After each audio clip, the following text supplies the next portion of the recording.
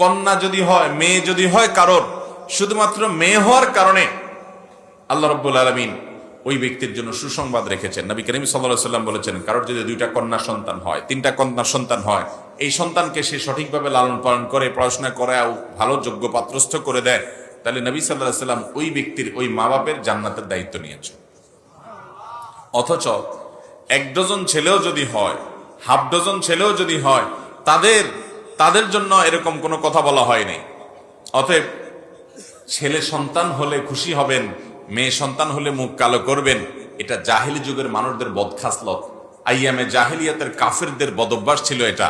ইমানদার কখনো এটাতে মন খারাপ করবে না, বরং ছেলে হলে খুশি হবে, মেয়ে হলে খুশি আরো বেশি হবে।